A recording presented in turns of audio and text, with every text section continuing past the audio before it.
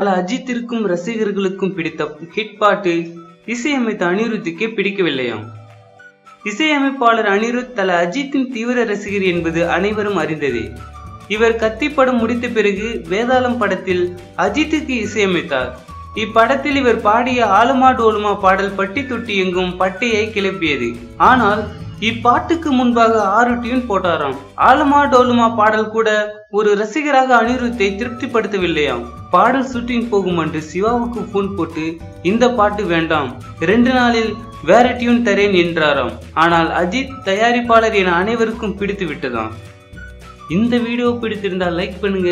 தல அஜித்தின் ஆலுமா டோலுமா சாங்கை பற்றிய உங்களின் கருத்துக்களை கமெண்ட் பண்ணுங்க. மேலும் இது போன்ற செய்தியை உடனுக்குடன் அறிந்து கொள்ள சினிமா நியூஸ் அப்டேட்டை சப்ஸ்கிரைப் பண்ணுங்க.